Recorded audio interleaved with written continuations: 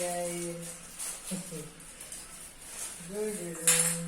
अभी चाय बना रही हूँ मैं। आप सब आइए चाय पीने के लिए। और चाय में अदरक और तुलसी का पत्ता डालकर पीजिए, बहुत मजा आएगा पीने में। और अभी हमारे मिस्टर जी आए, उनको बिस्किट थोड़ा दे दो, चाय पिएंगे फिर जाएंगे।